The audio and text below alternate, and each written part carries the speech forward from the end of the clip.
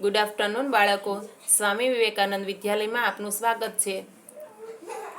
ધોરણ 5 વિષય હિન્દી, ચેપ્ટર 11મું, જેનું આપણે સ્વાધ્યાય જોઈ લઈએ। આપણે પાઠ શીખી ગયા, સ્વાધ્યાય પોથી પણ પૂરી લીધી અને હવે તમારે ચોપડીમાં જે સ્વાધ્યાય આપણને આપેલું છે પાઠની પાછળ, તે હવે આપણે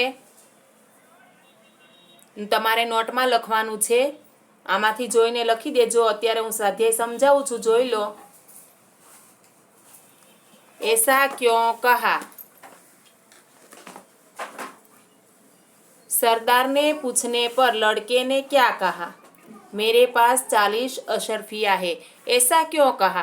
અહીં વાક્ય આપેલું છે ऐसा क्यों कहा, बराबर ने? तो तेनो जवाब છે लड़के से उसकी माँ ने कहा था बेटा सदैव सच बोलना, झूठ बोलना पाप है।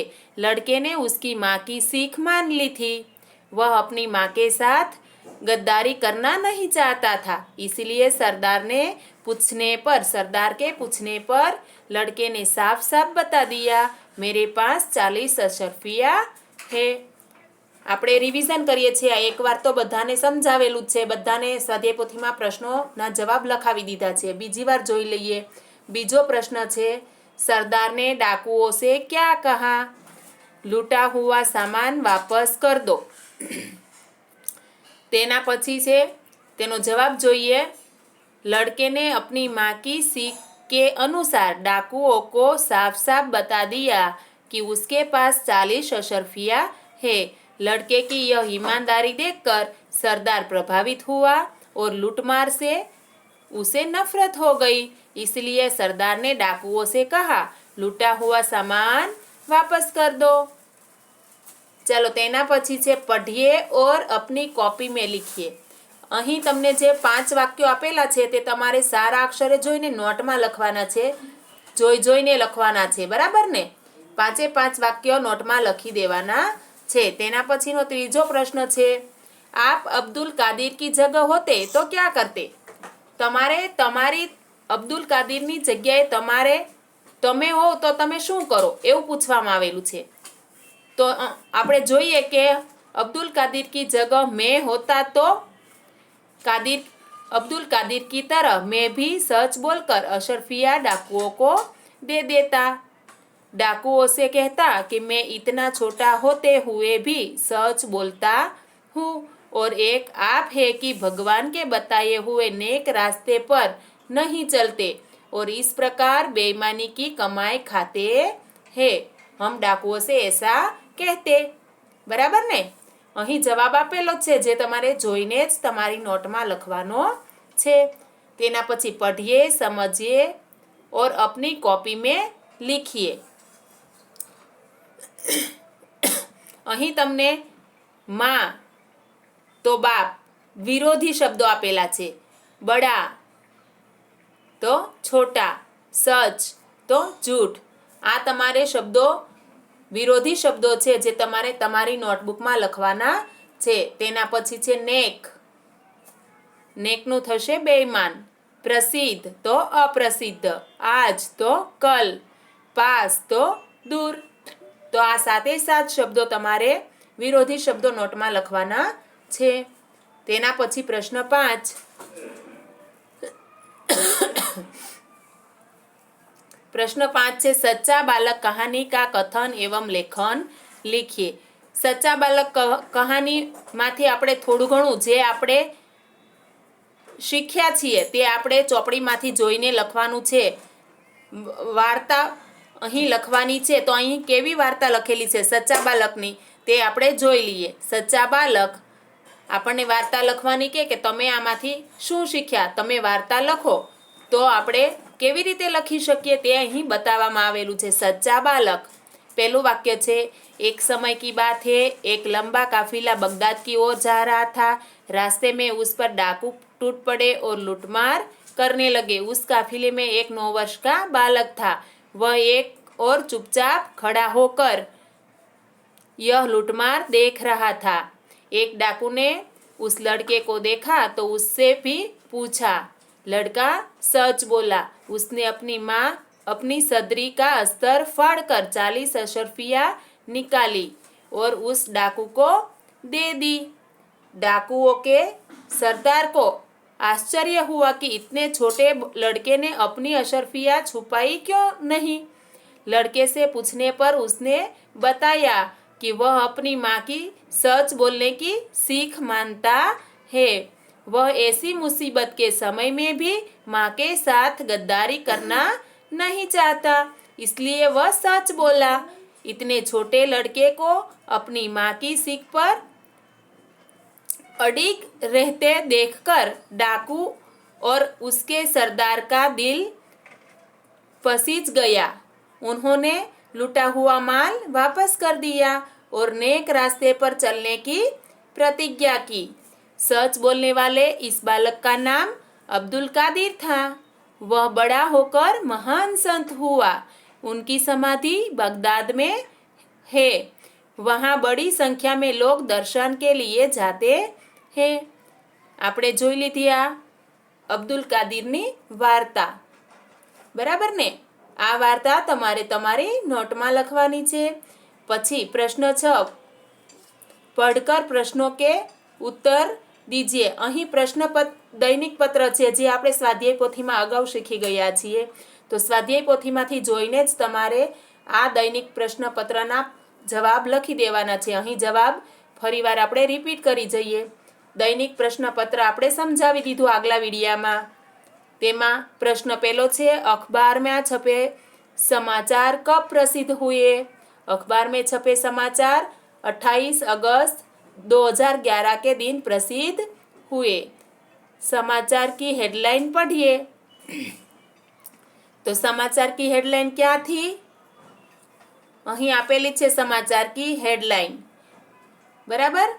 अमदावाद रविवार 28 अगस्त 2011, वडोदरा में पहली बार गणेश जी की मूर्ति की प्रतिमा स्थापित। आ हेडलाइन है, बराबर ने? हेडलाइन આપણે આ આન્સરમાં લખીશું। ત્રીજું છે, समाचार किसके बारे में है। समाचार वडोदरा के गणेशोत्सव के लिए तैयार होने वाली गणेश जी की 22 फुट ऊंची और 800 किलो वजन की मिट्टी की प्रतिमा के बारे में है। तेना पछीनो प्रश्न है, समाचार के संदर्भ में कोई 4 प्रश्न बनाकर उत्तर लिखिए। આપણે જાતે પ્રશ્ન બનાવવાના છે અને જાતે જવાબ આપવાના છે। એવો પ્રશ્ન અહીં પૂછેલો છે। તો તેના માટે જોઈએ, એ किस शहर के समाचार है। तो એ वडोदरा शहर के समाचार है। तेना पछीनो प्रश्न है, कौन से मंडल ने गणेश जी की प्रतिमा स्थापित करने का निर्णय किया है। ताड़फलिया सार्वजनिक युवल मंडल ने गणेश जी की प्रतिमा स्थापित करने का निर्णय किया है। गणेश जी की प्रतिमा किसके बनाने का निर्णय किया है। गणेश जी की प्रतिमा मिट्टी से बनाने का निर्णय किया गया है। प्रतिमा निर्माण के लिए किसको बुलाया गया है।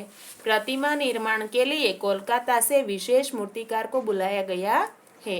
तो અહીં આપણે વધારાના પ્રશ્નો પણ બનાવ્યા અને તેના જવાબ પણ આપેલા છે। તેના પછી જોઈએ, નિમ્નલિખિત શબ્દો કે સમાનાર્થી શબ્દ ઢૂંઢકર લીખીએ।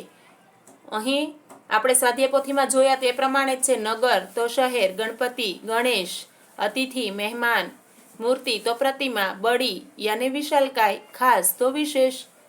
तेना પછી છે પ્રશ્નો के उत्तर दीजिए। काफिला कहाँ जा रहा था। तो तेनो जवाब है काफिला बगदाद की ओर जा रहा था। बीजो सवाल है, बालक की उम्र कितनी थी।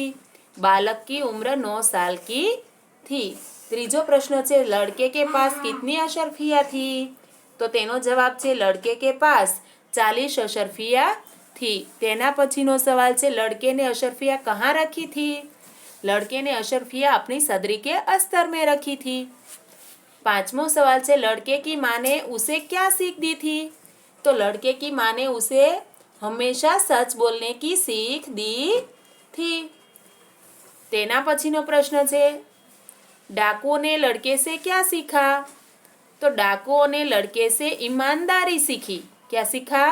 ईमानदारी। उन्होंने सोचा कि इतना छोटा लड़का अपनी माँ की सीख मानकर चलता है और हम है कि अपने भगवान के बताए हुए नेक रास्ते पर नहीं चलते।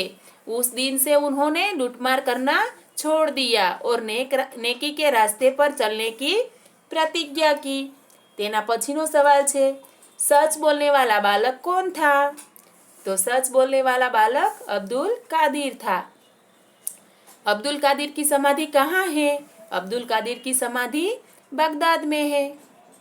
જોઈ લીધા હવે પ્રશ્નો, એના પછી છે સહી જોડ મિલાઈએ और વાક્ય પ્રયોગ કીજીએ। અહીં આપણે મુહાવરા અને તેના અર્થ આપીને વાક્યમાં પ્રયોગ કરવાનો કીધેલો છે।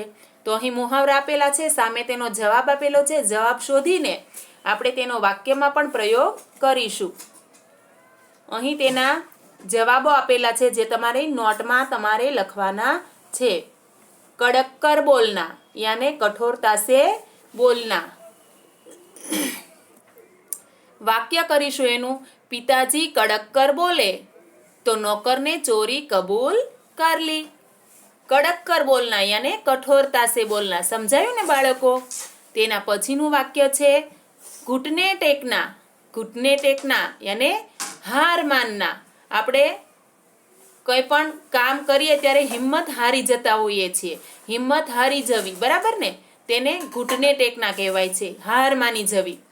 તેનું વાક્ય જોઈએ, અંગ્રેજોને ગાંધીજી કે આગે ઘૂંટને ટેક દિए थे। તેના પછીનું વાક્ય છે નેક રાસ્તે પર ચલના એટલે કે સહી રાસ્તે પર ચલના। તેનું વાક્ય જોઈએ, સંત हमको नेक रास्ते पर चलने की सीख देते हैं। साचा रस्ता पर चालू, नेक रास्ता पर चलना, बराबर। तेना पछीનું છે आँखों का तारा એટલે કે बहुत प्यारा। કોઈ આપણને ખૂબ જ વહાલું હોય તેના માટે આપણે આવો શબ્દ વાપરતા હોઈએ છે, आँखों का तारा, बहुत प्यारा। वाक्य જોઈએ તેનું, माँ के लिए बेटा अपनी आँखों का तारा होता है। બીજું વાક્ય પણ એવું બનાવી શકાય, अब्दुल कादिर अपनी माँ की आँखों का तारा था। તમે કંઈ પણ વાક્ય બનાવી શકો છો, બરાબર ને? પાંચમું જોઈએ, કાન ફૂંકના यानी किसी के विरुद्ध कुछ कहना। किसी के विरुद्ध कुछ कहना। तेनु वाक्य જોઈએ, कई लोग सास बहू के कान फूंककर उनमें झगड़ा करवाते हैं। કોઈકની વાતો કરવી, કાનમાં ને કાનમાં કોઈકની વાતો કરવી એવો અર્થ થાય છે અહીંયા। તો કઈ લોગ સાસ વહુ કે કાન ફૂંકર ઉનमें झगड़ा करवाते हैं। સાસ વહુ, સાસુ વહુની વાત કરવામાં આવી છે અહીં। ચલો, સમજાઈ ગયા ને બધા વાક્યો? તો આજે આપણે પાઠ 11નું સ્વાધ્યાય પોથી, ચોપડી અને ચોપડીમાંનું સ્વાધ્યાય અભ્યાસ બધું જ જોઈ લીધું, બરાબર ને? તો આ દરેક વસ્તુ તમારે તમારી નોટબુકમાં લખી દેવાની છે। આજનું લેસન છે કે પાઠ 11નું પૂરેપૂરું સ્વાધ્યાય જે તમને બતાવવામાં આવ્યું આજે તે તમારે તમારી નોટમાં લખવાનું છે। અસ્તુ।